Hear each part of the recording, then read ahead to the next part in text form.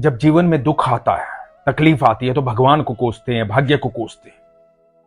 कभी सोचा है कि हम सब एक तरह से पैदा होते हैं, एक तरह से जन्म लेते हैं, एक तरह की धूप हमें मिलती है, एक तरह की हवा मिलती है, फिर भी हमारे हिस्से अलग अलग चीजें आती हैं। किसी के हिस्से दुख आते हैं, किसी के हिस्से सुख आते हैं। कभी सोचा है ऐसा क्यों होता है, किस लिए होता है? जानना चाहते हो तो यह प्रसंग बड़े ध्यान से सुनो। हरे कृष्ण दोस्तों, मैं हूं अनुज शर्मा। एक बार एक राजा था। राजा की 3 रानियां थी। तीनों रानियों को राजा ने बुलाया और तीनों रानियों को कहा कि एक बड़ा सा बैग है, इस बैग को आप तीनों को भर के लाना है। तीनों को एक एक बैग दिया, बगीचे में जाना और इसे भर कर लाना है। तो देखते हैं कि कौन कितना जल्दी आता है और क्या क्या भर कर लाता है।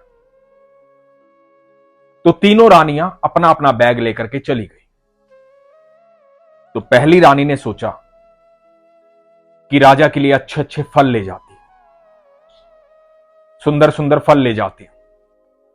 तो बड़े अच्छे अच्छे फल तोड़े, मीठे मीठे फल तोड़े, पके हुए फल तोड़े। उसको थोड़ा समय लगा बैग भरने में, लेकिन उसने सारे अच्छे फल तोड़े और बैग को भर लिया। दूसरी रानी ने सोचा कि फल तो तोड़ लेती हूं, लेकिन बैग जल्दी भरना है। तो बैग जल्दी भरना है, तो अब फल देखने का समय नहीं है कि कौन सा पका हुआ है, कौन सा कच्चा है, कौन सा सड़ा हुआ है, कौन सा अच्छा है। तो उसने बहुत सारे फल तोड़ लिए।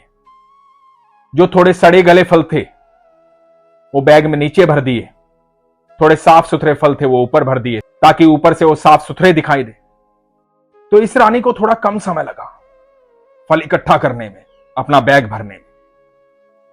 अब आई तीसरी रानी। वो बड़ी आलसी थी। उसे लगा कि राजा कौन सा बैग खोल के देखेगा, राजा को क्या पता लगेगा क्या भरा हुआ है इसमें। तो उसने घास फूस जो भी मिला जल्दी जल्दी बैग में भरना शुरू किया। ऊपर थोड़े से फल भरे और बोले कि हो गया काम। उसका बैग सबसे जल्दी भर गया। अब तीनों रानियां राजा के सामने पहुंची। राजा ने पूछा कि किसका बैग सबसे पहले भरा। तो तीसरे वाली रानी ने बताया मेरा बैग सबसे पहले भरा। दूसरे वाली ने बताया कि मेरा थोड़ा समय लग गया, और पहले वाली ने बताया कि मुझे थोड़ा ज्यादा समय लग गया। तो राजा ने कहा कि ठीक है। अपने सैनिकों को आदेश दिया, कहा कि इन तीनों को कोठरी में बंद कर दो, और ये जो जो अपने साथ लाई है बस यही इनको खाना है, यही इनको भोगना है। और तीनों रानियों को कोठरी में बंद कर दिया गया। अब जो अच्छे फल लाई थी वो अच्छे फल खा रही थी, जो आधे गले सड़े फल लाई थी वो आधे गले सड़े फलों के साथ अच्छे फल खा रही थी जितने उसके पास अच्छे थे, और जो घास फूस लाई थी उसके पास घास फूस थी।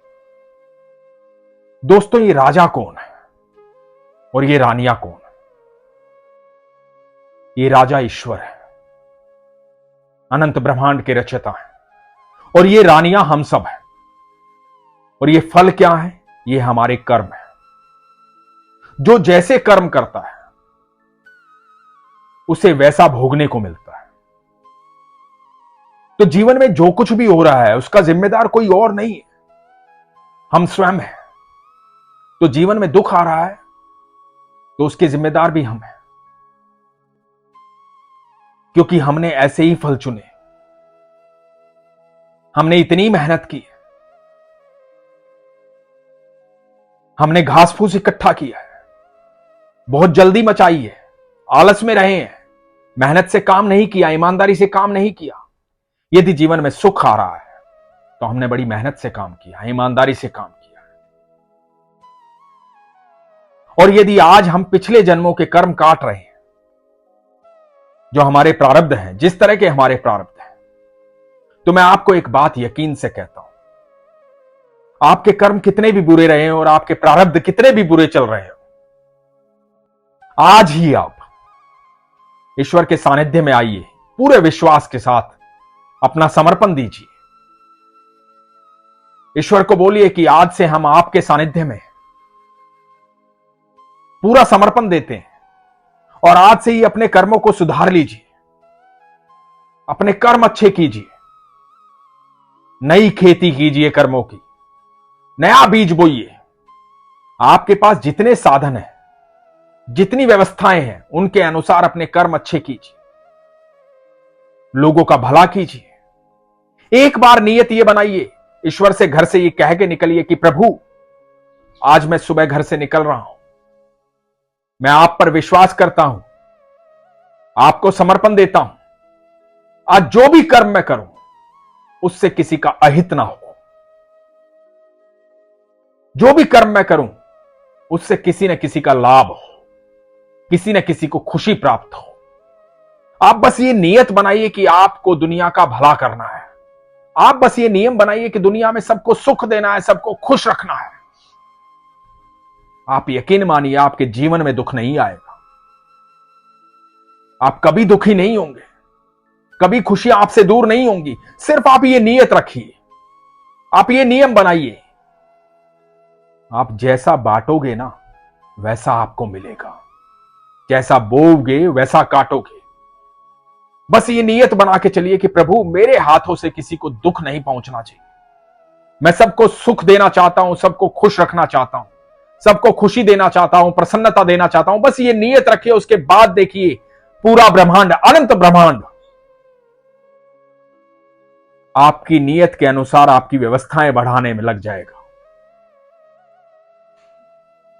आपको इतना सुख दे देगा कि आप बांट सको, आपको इतना धन दे देगा कि आप बांट सको, इतनी खुशियां दे देगा कि आप बांट सको।